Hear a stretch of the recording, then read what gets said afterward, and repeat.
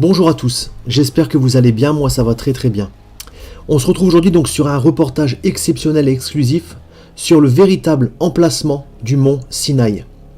Vous allez voir que la parole de Dieu, la Bible, nous donne des précisions incroyables sur l'exil que Moïse a fait avec le peuple hébreu à la sortie d'Égypte. Vous allez voir que leur parcours va être retracé avec beaucoup de précision. Et vous allez voir également que les preuves historiques et archéologiques que vous allez découvrir dans cette vidéo retracent avec une exactitude ce qui est cité dans la Bible, donc la parole de Dieu. Vous allez voir également que malheureusement, des mensonges sont avancés, afin que les gens ne découvrent pas la vérité, afin que cette vérité de la véracité de la Bible soit maintenue secrète, cachée, avec notamment un mont Sinaï qui est censé être localisé en Égypte, alors qu'il se situe très clairement, vous allez le découvrir, en Arabie Saoudite. D'ailleurs, les populations locales sont très claires sur ce point, en complément bien sûr des preuves historiques et archéologiques que vous allez pouvoir voir dans ce reportage. Donc à vous bien sûr maintenant de vous poser les bonnes questions, sachant que ce monde est sous la puissance du malin, sous la puissance de Satan, le diable. Voilà pourquoi aujourd'hui autour de nous, nous voyons le mal grandissant. Car le royaume de Dieu et de ses enfants n'est pas ici-bas, mais est éternel dans le royaume des cieux. Et si à l'heure d'aujourd'hui nous avons des gens qui servent le Seigneur, n'oublions pas que malheureusement certains servent le mal, sachant que le but du mal, de Satan, du diable, est de cacher cette vérité de l'existence de Dieu et de la véracité de sa parole, la Bible. En vous tenant éloigné de la véracité de la Bible, Satan réussira à vous tenir captif dans le péché, mais également dans l'ignorance et dans le manque de connaissance. Car la Bible renferme ce que Dieu veut de ses enfants et le comportement que nous devons avoir ici-bas afin d'être sauvés. Vous garder éloigné de la parole de Dieu a aussi un deuxième avantage pour Satan. Détruire la création de Dieu, c'est-à-dire nous-mêmes, ses enfants, et nous faire périr à la perdition éternelle, là où il sait très bien que Dieu l'enfermera au moment du jugement de l'humanité. Je vous laisse bien sûr en tirer vos propres conclusions, et je vous souhaite un bon visionnage. Soyez bénis.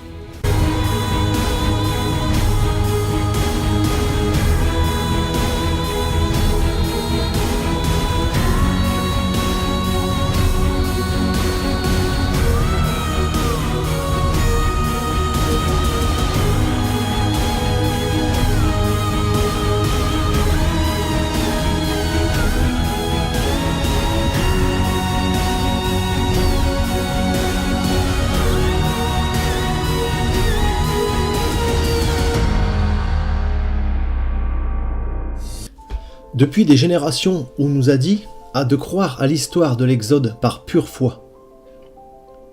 On nous dit que le mont Sinaï où Moïse reçut la révélation est en Égypte.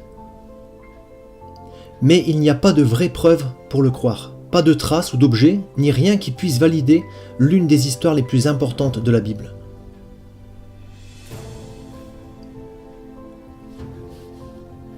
La Bible dit 70 fois que les Israélites sont sortis d'Égypte vers Madian, ce qui correspond grandement aujourd'hui à l'Arabie Saoudite. Est-il vrai qu'il y a très peu de preuves de l'Exode, ou avons-nous juste cherché au mauvais endroit? Bien que la théorie qui situe Moïse et les Israélites en Arabie Saoudite est relativement nouvelle pour nous, elle ne l'est pas pour les locaux. Des Saoudiens curieux de parler avec des Américains nous ont souvent approchés. Une des premières choses qu'ils disaient était « Vous savez que Moïse et son peuple étaient ici? Laissez-moi vous montrer. »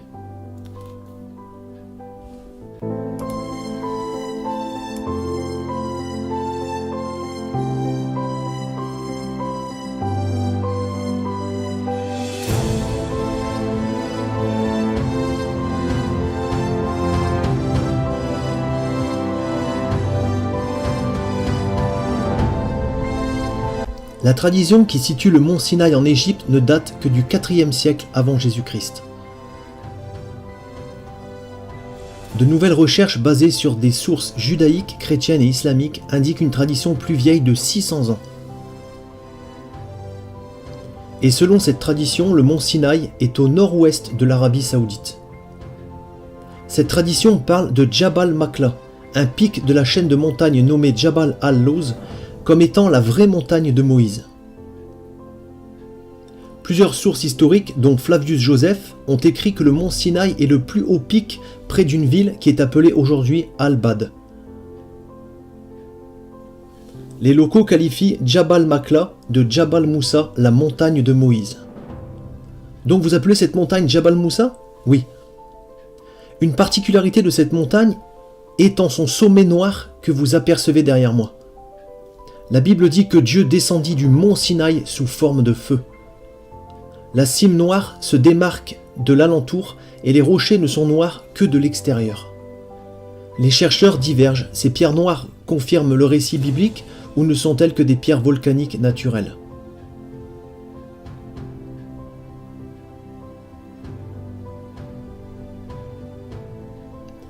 Une poignée d'Américains a essayé de s'infiltrer dans cette zone dans les années 70-80.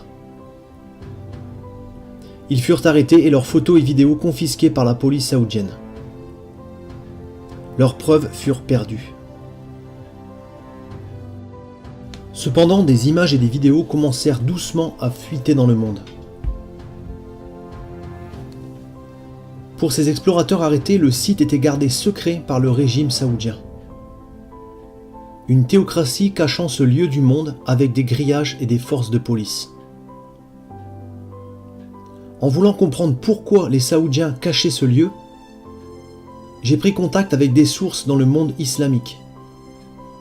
J'étais depuis 15 ans dans les renseignements, le contre-terrorisme et les relations internationales.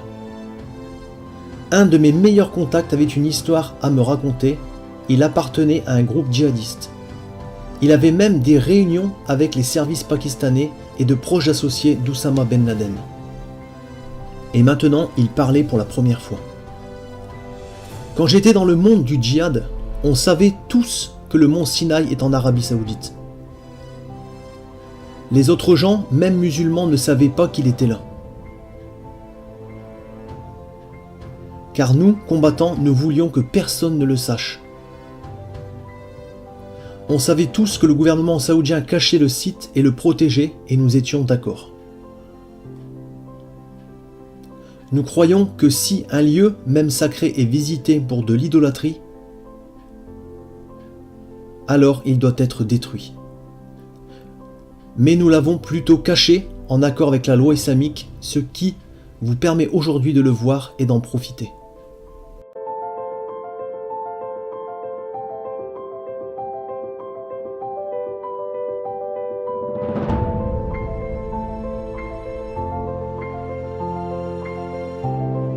Moïse fuit l'Égypte après avoir tué un Égyptien qui maltraitait un esclave hébreu. Il s'enfuit à Madian. Là, il s'assoit près d'un puits et rencontre les filles de Jéthro qui venaient prendre de l'eau pour leur troupeau. Moïse épouse l'une de ses filles. Nous sommes maintenant dans l'ancienne terre de Madian, près de la ville que les locaux décrivent comme étant la terre de Jéthro. En visitant ce lieu, plusieurs Saoudiens nous ont approchés pour nous dire que c'était là où Jéthro et Moïse résidaient. Ils nous ont montré un ancien puits protégé par des grilles et désigné site archéologique. Depuis longtemps, les Saoudiens considèrent que c'est le puits où Moïse a rencontré les filles de Jéthro. Des musulmans du monde entier viennent le voir.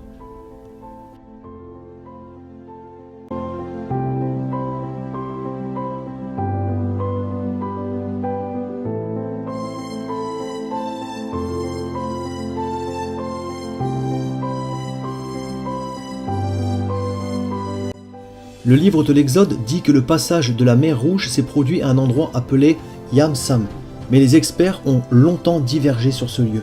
Il y a deux lieux de franchissement possibles de l'Égypte à l'Arabie Saoudite. Le premier est au détroit de Tiran, au bout de la péninsule du Sinaï égyptien. Le deuxième est à la plage de Nouéwa en Égypte. Le docteur Glenn Fritz, diplômé de géographie, a mené une importante étude de cet endroit et des indices historiques du lieu de franchissement. Il n'a trouvé qu'une correspondance exacte, la plage de Nuweiba.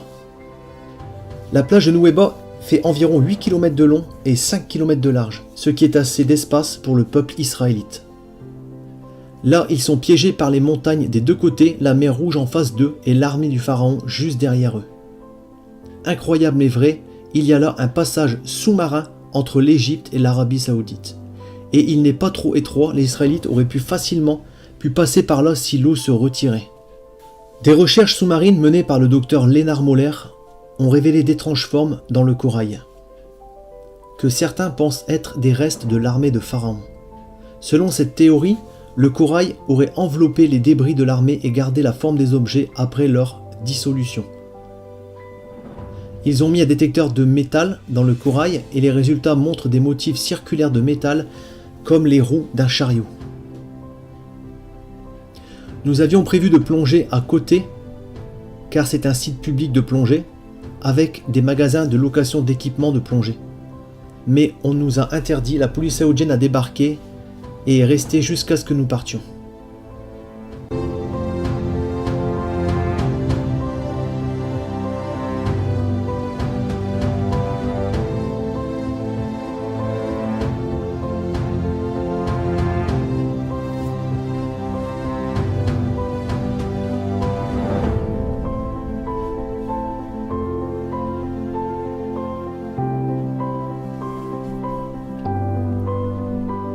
Après le passage de la mer Rouge, Moïse et son peuple s'arrêtèrent à un endroit près du mont Sinaï nommé Élim.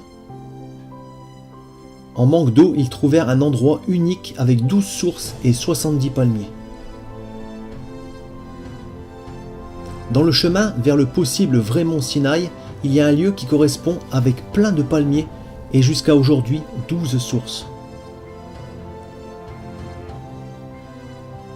Les Saoudiens locaux nous ont indiqué ce lieu et l'appelait justement Élim.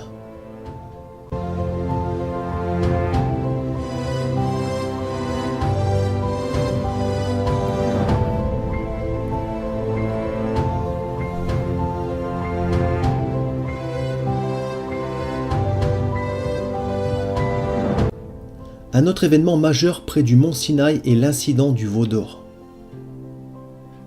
Moïse étant parti au sommet du mont, certains de son peuple se mirent à adorer un veau d'or. Le plaçant sur une estrade, ils se mirent à l'adorer autour et ils placèrent un autel devant lui. Quand Moïse descendit du mont Sinaï, il détruit le veau d'or et jette ses restes dans la rivière qui passe en bas de la montagne. Ici, en face de la montagne, on a peut-être les restes du lieu d'adoration du veau d'or. Derrière les grillages se trouve le site archéologique que les Saoudiens protègent.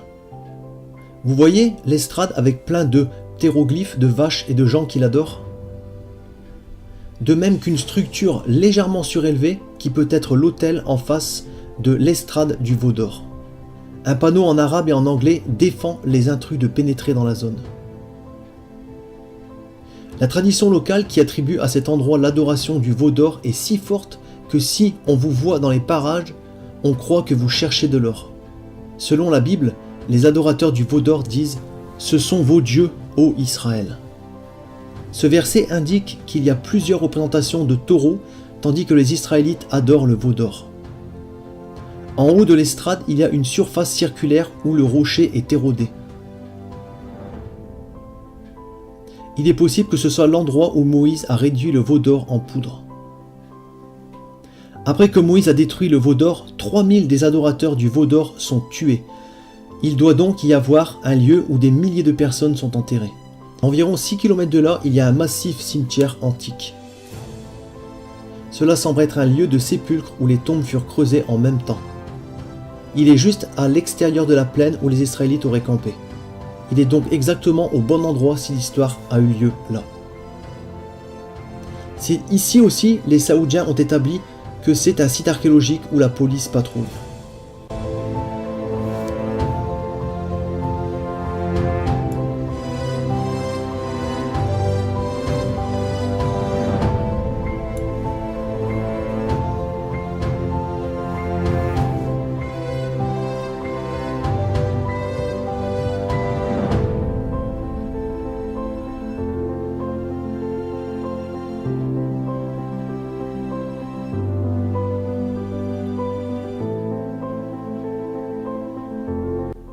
Le livre de l'Exode dit que Moïse a bâti un autel de pierre brute au pied du mont Sinaï, ainsi que 12 piliers symbolisant les 12 tribus d'Israël.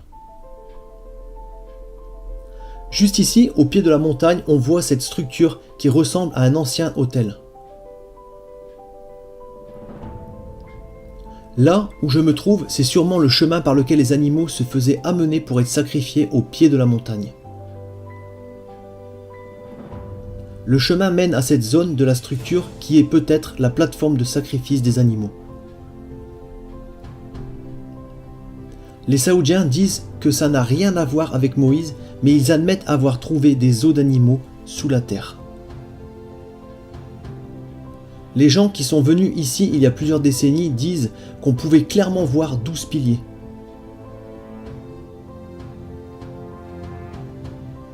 Ainsi qu'une plateforme en pierre sur laquelle ils étaient.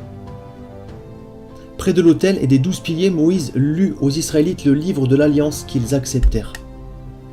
Cela signifie que Moïse avait probablement un endroit surélevé faisant office de tribune pour parler aux gens.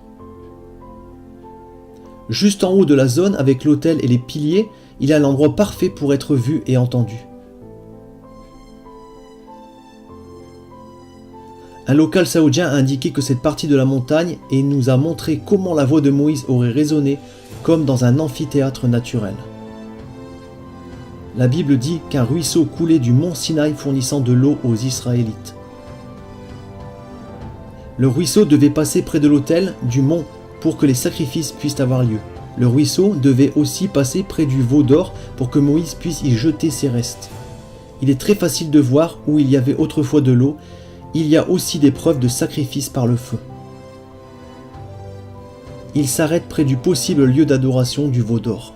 Il y a même des traces d'un étang qui se serait formé, indiquant qu'une grande population vivait ici.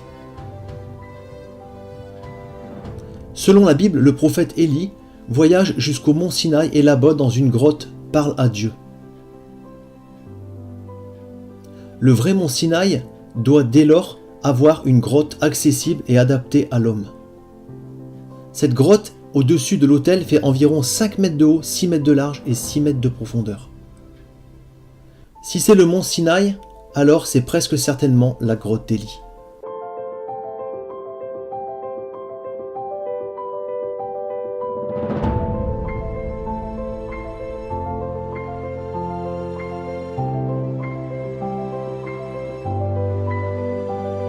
En allant au mont Sinaï, les Israélites campent à un endroit sans eau. Moïse va vers un rocher bien précis, frappe de son bâton et de l'eau en jaillit miraculeusement. L'historien Flavius Joseph dit que le rocher est toujours visible à son époque et qu'il était tellement gros qu'on ne pouvait pas le déplacer. Est-ce possible que ce rocher fendu soit toujours là pour témoigner de la véracité de cette histoire ? La réponse est oui, et c'est stupéfiant.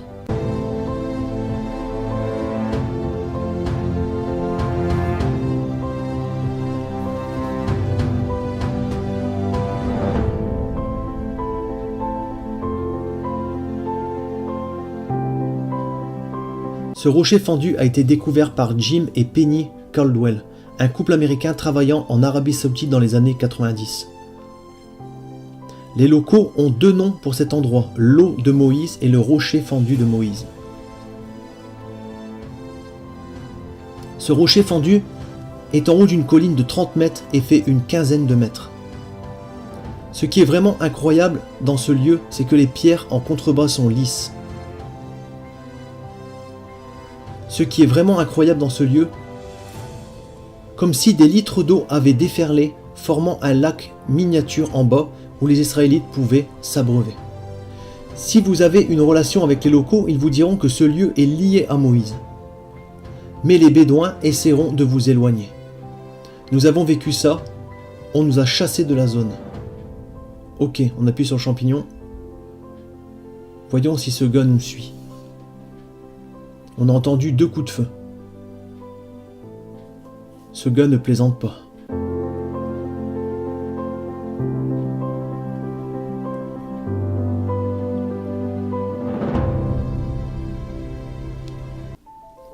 La Bible dit que le lieu où les Israélites ont combattu les Amélacites près du rocher fendu se nomme Riphidim, ce qui signifie lieu de repos.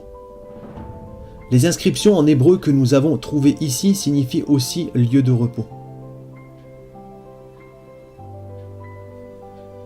Plus près des montagnes se trouvent des inscriptions qui, selon le spécialiste d'hébreu ancien Dr Milne, parlent de la bataille avec les Amalécites. Il dit que l'une des inscriptions parle de la mort d'un Amalécite. Non loin, deux inscriptions qui, selon le Dr John, indiquent la mort d'une mère hébraïque et de sa fille. La Bible dit que les Israélites possèdent la terre que l'âme de leurs pieds touche. Près du rocher fendu et de la montagne, plusieurs dessins de pieds et de sandales à côté desquels se trouve écrit en proto-hébreu l'âme du pied.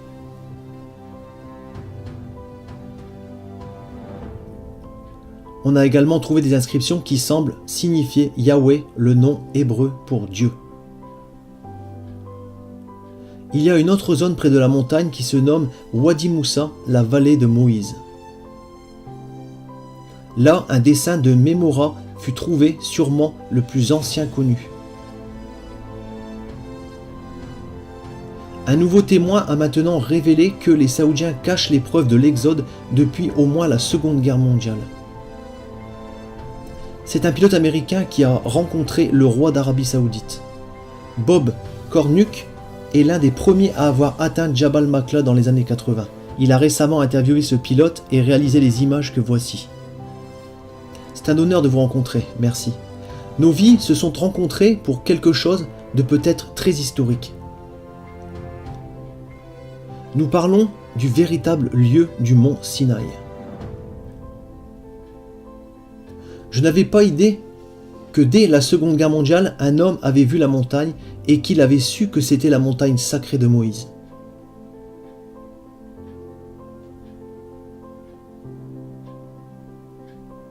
Des musulmans vous ont dit que c'était la montagne ? Oui, ils savaient que tous qu'elle était sacrée.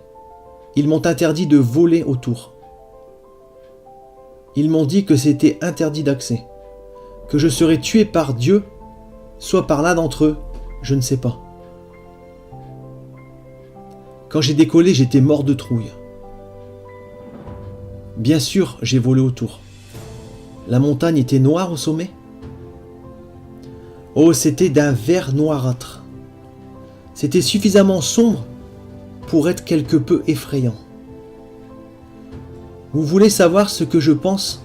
C'est le mont Sinaï. Et je pense que Dieu m'a laissé le survoler et qu'il nous a laissé vivre, vous et moi. Pourquoi n'avons-nous jamais entendu parler de ce lieu ? Pourquoi presque toute l'attention se porte sur des sites égyptiens malgré le manque de preuves ? Pensez au nombre de choses qui correspondent avec le récit biblique ici. Il y a une plage et un passage où le passage de la mer Rouge aurait pu avoir lieu. Vous pouvez voir où les Israélites auraient campé près d'Élim avec 12 sources et 70 palmiers. Vers Jabal Makla, il y a un rocher fendu et une zone adaptée au campement. Il y a la montagne connue comme étant la montagne de Moïse, avec une grande plaine en face où des milliers d'Israélites auraient pu camper. Un autel de pierre brute se trouve au pied, avec des indices de sacrifice par le feu au bon endroit. Des indices de taureaux adorés, on peut retracer exactement le parcours de Moïse quand il est descendu de la montagne. Il y a un ruisseau qui descend de la montagne, comme dans le livre de l'Exode. On peut situer avec exactitude la grotte d'Élie. Tous ces petits détails doivent correspondre, ce qui est le cas. En revenant de ce voyage, on m'a demandé mon ressenti en allant là où si peu de gens sont allés.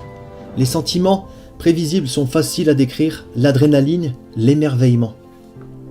Mais il y avait une émotion plus difficile à décrire, je ne méritais pas d'être là. Je n'ai pas légué ma fortune aux pauvres, je ne suis pas scientifique ou pasteur. Il y a toujours des jours où je ne ressens aucune foi. Mais en regardant les montagnes, je me suis rappelé que la Bible montre clairement que Dieu n'utilise pas le meilleur ou le plus attendu. Même Moïse était si peu confiant qu'il ne voulait pas la mission. Plutôt que de l'utiliser, les plus qualifiés, Dieu a tendance à choisir l'inattendu. Celui qui manque d'assurance, l'imparfait, le déprimé, l'incertain, le donné perdant. Chacun peut œuvrer, particulièrement ceux qui pensent qu'ils ne peuvent pas. À cet instant même, les Saoudiens construisent une mégacité de 33 fois la taille de New York. Si nous n'agissons pas, les constructions saoudiennes pourraient détruire les preuves et empêcher les fouilles dans le futur. Pour essayer d'empêcher cela, on a créé un site web et une organisation à but non lucratif pour soutenir les recherches et convaincre les Saoudiens de préserver le site. Nous sommes dans une période inédite. Ces images et autres preuves de la Bible sont à portée de clic pour quiconque ayant une connexion Internet. Si ces sites sont révélés, ils changeront le Moyen-Orient à jamais et impacteront les milliards de juifs, chrétiens et musulmans, ainsi que les autres. Le monde est sur le point de changer.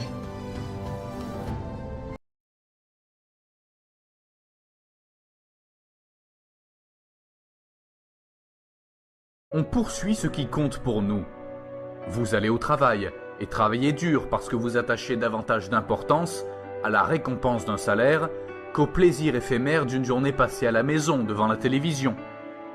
Si Jésus vous appelle, suivez-le en sachant qu'en perdant votre vie terrestre, vous obtiendrez la vie éternelle. Êtes-vous prêt à suivre Jésus? Vous devez d'abord calculer le prix à payer. Suivre Jésus vous coûte votre vie. Jésus a dit que vous deviez renoncer à vous-même et porter votre croix. Celui qui refuse de porter sa croix ne peut être un disciple de Christ. Suivre Jésus peut vous coûter votre famille et vos amis. Jésus a dit qu'il est venu apporter la division entre ses disciples et leurs familles, leurs amis et le monde. Celui qui ne hait pas sa famille, c'est-à-dire qui la préfère à Jésus, n'est pas digne de Christ. Suivre Jésus peut vous coûter vos biens. Jésus a dit à un homme riche qui pensait fièrement qu'il était assez bon pour aller au ciel: « Si tu veux être parfait, va vendre ce que tu possèdes, donne-le aux pauvres, et tu auras un trésor dans le ciel. Puis viens et suis-moi. » Malheureusement, cet homme était davantage attaché à ses richesses qu'à Jésus. Suivre Jésus peut vous valoir la persécution. Les chrétiens doivent s'attendre à la souffrance, qui est normale pour qui appartient à l'homme de douleur. Jésus a même qualifié les persécutés d'heureux et ajouté: « Réjouissez-vous et soyez dans l'allégresse, parce que votre récompense sera grande au ciel. » De tout temps, le peuple de Dieu a été persécuté. Les prophètes de l'Ancien Testament ont été insultés, torturés et tués. L'histoire nous apprend que 10 disciples de Jésus ont été exécutés pour avoir prêché Christ. D'après la tradition, Pierre a insisté pour être crucifié la tête vers le bas parce qu'il s'estimait indigne de mourir de la même manière que son Seigneur.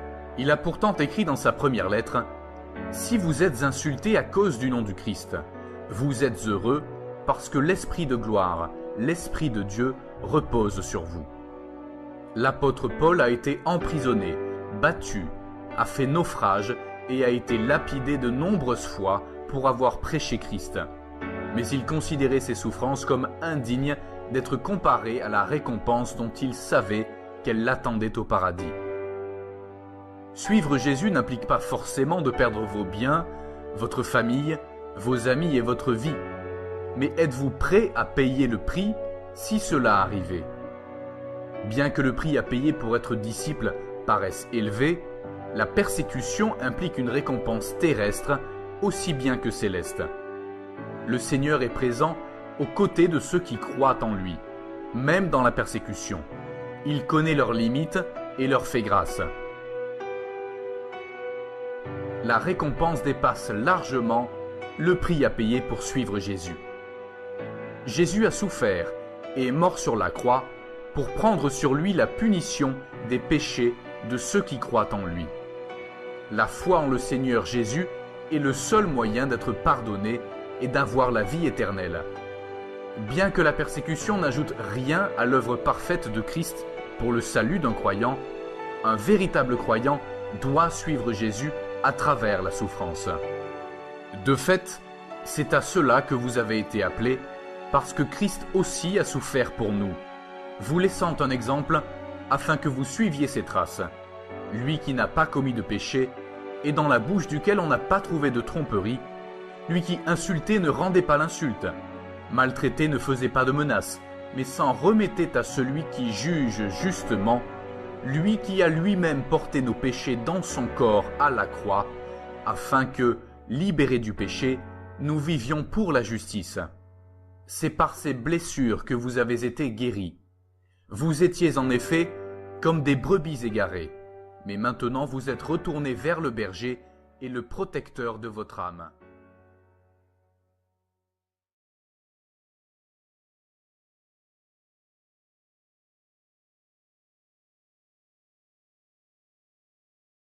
Tout pouvoir m'a été donné dans le ciel et sur la terre. Il y a plusieurs demeures dans la maison de mon Père. Si cela n'était pas, je vous l'aurais dit. Je vais vous préparer une place. Et lorsque je m'en serai allé et que je vous aurai préparé une place, je reviendrai et je vous prendrai avec moi, afin que là où je suis, vous y soyez aussi. Vous savez où je vais et vous en savez le chemin. Je suis le chemin, la vérité et la vie. Nul ne vient au Père que par moi. Abraham, votre père, a tressailli de joie de ce qu'il verrait mon jour. Il l'a vu et il s'est réjoui. Si vous me connaissiez, vous connaîtriez aussi mon Père. Et dès maintenant vous le connaissez et vous l'avez vu. Et je vous le dis, avant qu'Abraham fût, je suis. Il y a si longtemps que je suis avec vous. Celui qui m'a vu a vu le Père. Les paroles que je vous dis, je ne les dis pas de moi-même, et le Père qui demeure en moi, c'est lui qui fait les œuvres. Croyez-moi, je suis dans le Père, et le Père est en moi. Cette bonne nouvelle du royaume sera prêchée dans le monde entier pour servir de témoignage à toutes les nations. Celui qui croira et qui sera baptisé sera sauvé, mais celui qui ne croira pas sera condamné. Je m'étonne que vous vous détourniez si promptement de celui qui vous a appelé par la grâce de Christ pour passer à un autre évangile. Aucun mensonge ne vient de la vérité. Sinon celui qui nie que Jésus est le Christ, celui-là est l'antéchrist, qui nie le Père et le Fils. Quiconque nie le Fils n'a point non plus le Père. Quand un ange du ciel annoncerait un autre évangile que celui que nous vous avons prêché, qu'il soit anathème. Moi, Jésus, j'ai envoyé mon ange pour vous attester ces choses. Je le déclare à quiconque entend les paroles de la prophétie de ce livre. Si quelqu'un y ajoute quelque chose, Dieu le frappera des fléaux décrits dans ce livre. Et si quelqu'un retranche quelque chose des paroles du livre de cette prophétie, Dieu retranchera sa part de l'arbre de la vie et de la ville sainte décrits dans ce livre. Ces paroles sont certaines et véritables. Et le Seigneur, le Dieu des esprits des prophètes, a envoyé son ange pour montrer à ses serviteurs les choses qui doivent arriver bientôt.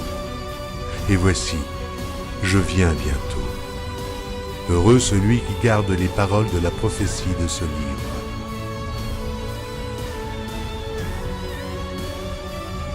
Voici, il vient avec les nuées, et tout œil le verra, même ceux qui l'ont percé. Et toutes les tribus de la terre se lamenteront à cause de lui. Oui. Amen. Je suis le rejeton et la postérité de David, l'étoile brillante du matin. Je suis l'alpha et l'oméga, dit le Seigneur Dieu, celui qui est, qui était et qui vient, le Tout-Puissant, le premier et le dernier, le commencement et la fin. Que la grâce du Seigneur Jésus soit avec tous. Moi, Jésus, je viens bientôt. Vous êtes en bas, moi je suis d'en haut. C'est pourquoi je vous ai dit que vous mourrez dans vos péchés. Car si vous ne croyez pas ce que je suis, vous mourrez dans vos péchés.